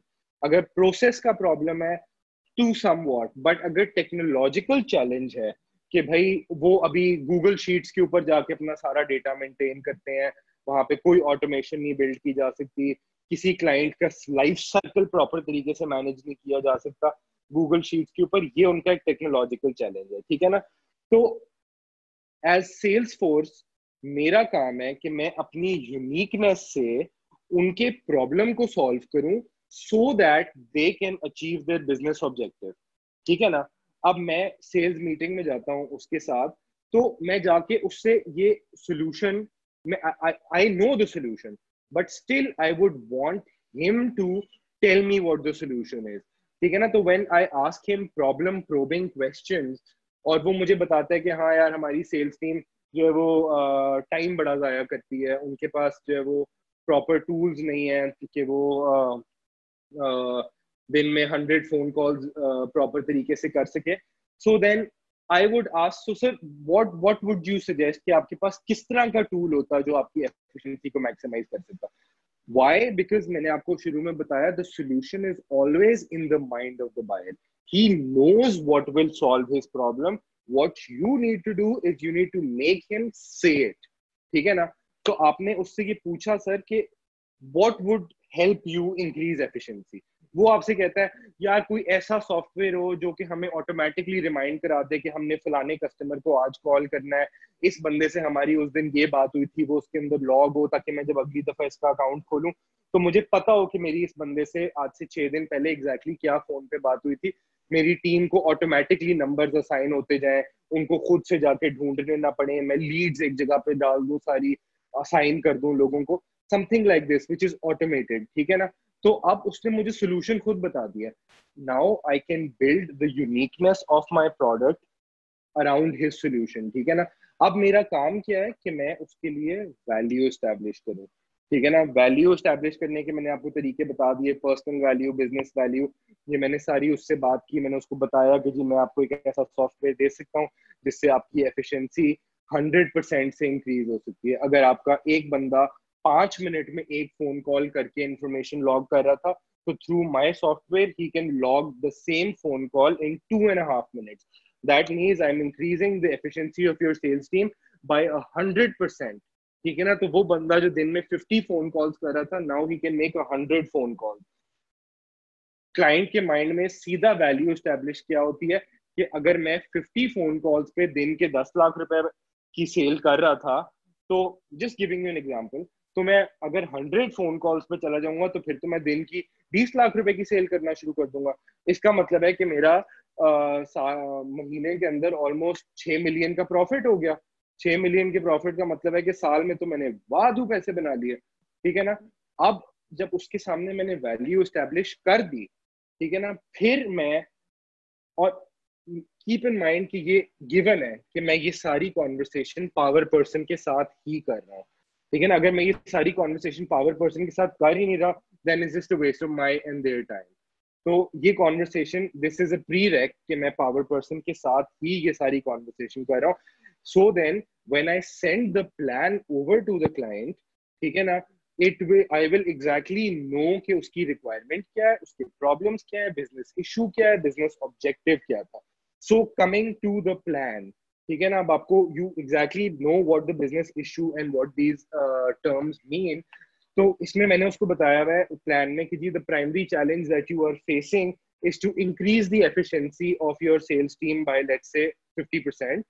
To enable this growth, you need to overcome the following challenges. जो problems मैंने identify किए मैंने लिख दिए. फिर मैंने लिखा जी you mentioned several solutions that you are considering. Solution 1, 2, 3. एक solution है मैं sales team में number बढ़ा दूं, जहां मैं 10 लोग थे वहां 20 कर दूंगा तो automatically number of calls double हो जाएंगे. दूसरा सोल्यूशन है कि कोई ऐसा सॉफ्टवेयर मिल जाए जिससे मैं अपनी एग्जिस्टिंग टीम की ही एफिशिएंसी को इंक्रीज कर सकूं, something like that. And then you indicate that overcoming these challenges would enable you to, और फिर आपने आगे वैल्यू लिख दी, increase your revenues by 100%, which means if you were making 1 crore रुपए एक साल में, now you will make 2 crore रुपए एक साल में. ठीक है ना? तो you write that down. आपने उसको लिख के और फिर आपने कहा जी agreed next steps हमारे आपके साथ ये है कि I'm going to send you a proposal and then we're going to meet with Mr. XYZ and then हम इसको लॉक करेंगे and so on and so forth. ठीक है ना? So this is an example of a plan. So to sum it up, that was my last slide. To sum it up, हमने discuss ये किया कि डिफरेंशिएटेड विजन मैच कैसे create किया जा सकता है through establishing uniqueness of your product to solve the problem the buyer is having.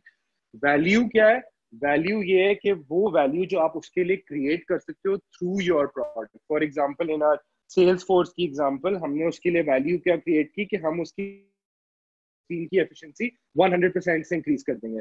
Power, मैं राइट बंदे को मिल रहा हूँ कि नहीं मिल रहा, मैं उनके चीफ टेक्निकल ऑफिसर से या डायरेक्टर सेल्स से मिलूंगा तो फिर ही मेरा जो है वो इस पे कोई प्रोग्रेस होगी, वरना नहीं. And then my plan which outlines exactly कि हमने क्या करना है, ठीक है ना.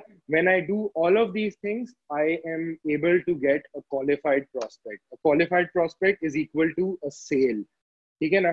तो आई डोंट नो आप में से अगर किसी ने पहले सेल्स की कोई ट्रेनिंग्स अटेंड की भी हो या ना की भी हो, but I try to keep it different from your orthodox sales training कि भाई फॉलो अप करो और प्रोस्पेक्टिंग इस तरह से करो, और मतलब जो आपके एक बेसिक सेल्स की चीजें जो हमें बचपन से बताई जा रही हैं कि जी टाई पहन के जाओ और क्लाइंट के सामने खाना ना खाओ, फोन पे बातें ना करो. I did not go into all of those because I felt कि ये वाली चीजें are more important. This is scientific. This is proven. If you follow these steps, you are bound to get success. ठीक है ना. तो आपने hunch पे नहीं चल रहे. You are moving on actual research सारी चीजें. ठीक है. तो अब I think I have a question here. A very informative and interesting session. Thank you. You're welcome, Jewel. I am so glad to be here. आप लोग अपना unmute कर सकते हो. If anybody has any questions, so let's take them in the next 5-10 minutes, and then we can wrap it up. So guys, मैंने आप लोगों को allow कर दिया है to unmute yourself. In case someone has a question, you can unmute yourself and ask away. नहीं call चाहिए. अस्सलाम वालेकुम. जी वालेकुम अस्सलाम. जी मैं उस्मान बात कर रहा हूँ एरो शेड्स की तरफ से. मेरा क्वेश्चन है, हमारा चूंकि ज़्यादातर प्रोडक्ट्स जो हैं तो वो B2C हैं, B2B नहीं है, तो उसमें किस तरीके से जो है सेल्स को इम्प्रूव करें? So अनीब, इनका जो स्टार्टअप है that makes शेड्स जो कि आप मोटर के साथ खोल सकते हो. So जो आप नॉर्मल शेड्स देखते हो ना रेस्टोरेंट्स कैफेज वगैरह में लगे होते हैं, तो इनकी ऑटोमेटेड है. It's not just the small umbrella. इसके अलावा ये भी कि जो बड़े आप लोग मस्जिद वगैरह में देखते हो शेड्स, तो एनी सॉर्ट ऑफ शेड उसको ये लोग ऑटोमेट करते हैं और ये उसको लगाते हैं.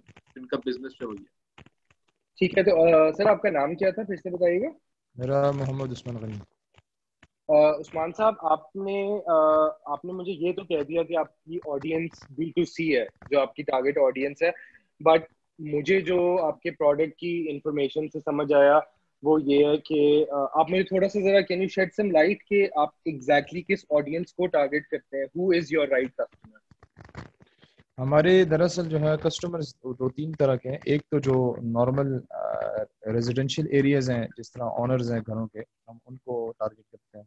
उसके अलावा रेस्टोरेंट्स वगैरह जो है, मसाजिद हैं, और पब्लिक प्लेसेस, पार्क्स वगैरह, ये इलाके जो हैं, ये एरियाज. एग्जैक्टली. तो what you've essentially done is कि आपने जो अपनी स्टेटमेंट में बोला हुआ था वो ये था कि जी हमारा B2C है, but it is not a 100% B2C. I would think कि आपका business model would be more profitable if you take it B2B. जिस तरह आपने मुझे कहा कि आपके लिए रेस्टोरेंट्स जो है वो एक अच्छी टारगेट ऑडियंस है, तो आपने सेगमेंटेशन करनी है. B2C सेगमेंट अलग होगा, B2B सेगमेंट अलग होगा, एंड देन जो आपके पार्क्स वगैरह हैं that comes under parks and horticulture authority which is government. ठीक है ना. तो उनको डील करने का आपका एक 100% कंप्लीटली डिफरेंट स्ट्रेटजी होगी. तो now we talk about each segment and their strategy differently. B2C में तो आपका बहुत सिंपल है. आपका प्रोडक्ट इस तरह का है कि आपने एक अमीर बंदा जिसके पास घर में एक गार्डन होगा और जो ये अफोर्ड कर सकता है कि मैं बटन दबाऊं तो मेरा शेड खुल जाए, वो आपकी टारगेट ऑडियंस है. ठीक है ना. तो आप इसमें तो आई थिंक सबसे अच्छा आपके पास टूल जो है वो that is Facebook and Instagram, जिससे आप कस्टमर को टच कर सकते हो.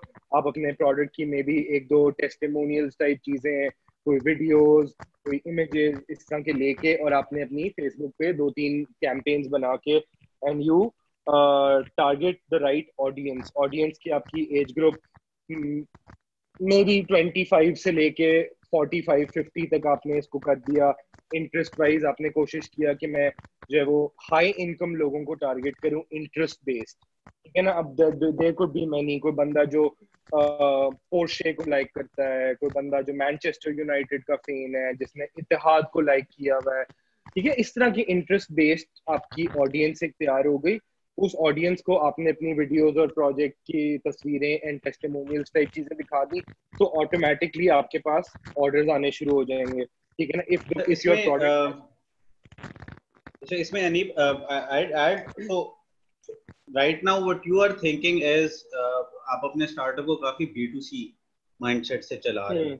So in Pakistan what I'll suggest you is कि अगर कोई स्टार्टअप, वो अगर टेक स्टार्टअप है, कन्वेंशनल स्टार्टअप है, या अगर वो B2C स्टार्टअप है, B2C startup will always have to think grow करने के लिए B2B साइड पे. और अगर एक टेक स्टार्टअप है, they don't have to think online only, आपको eventually ऑफलाइन जाना पड़ेगा.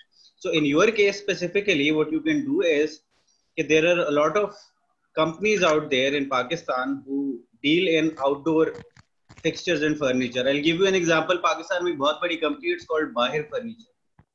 Bahir Furniture क्या करते हैं? So they deal in outdoor furniture, जो कि लॉन्स में चीजें पड़ी होती हैं. What you can simply do is, so this comes under B2B sales. You can just go, we can give you the contact as well. They are a client as well. Bahir Furniture वाले जो हैं, you can get in touch with them. You can pitch your product to them कि आप अपने जो सारे products जिसको आप sell कर रहे हो बाकी लोगों को, they include your product in the catalog of products that they are already selling. So the first thing that comes to my mind when I hear about your product is, the first thing that came to my mind was Bahir Furniture. वो लोग outdoor heaters बेचते हैं, वो लोग outdoor कैनपीज बेचते हैं, वो लोग जो ये आर्टिफिशियल ग्रास होती है उसमें डील करते हैं, बाहर जो फर्नीचर पड़ा होता है सारे का सारा उसके साथ डील करते हैं. So for you that is an area. It's not necessary कि आप बाहर फर्नीचर को जाके टच करो. Any business that is dealing in any fixtures that are, जो कि घर में या रेस्टोरेंट्स या कैफेज में फिक्स होते हैं, आप उनको जाके टच कर सकते हो. They can become sort of your distributors. Exactly मैं यही आपसे कह रहा था कि आपने ना अपने हर सेगमेंट के लिए एक अलग स्ट्रैटेजी बनानी है. तो B2C के लिए अलग स्ट्रैटेजी है. Both operate simultaneously also. It's not like कि आप सिर्फ एक टाइम पे एक सेगमेंट को कैटर कर सकते हैं. आप दोनों को करें. B2C के लिए आप अलग कैंपेन्स रन करें और वो आप डिलीवरी सेपरेट दें, और B2B में देन आप अपनी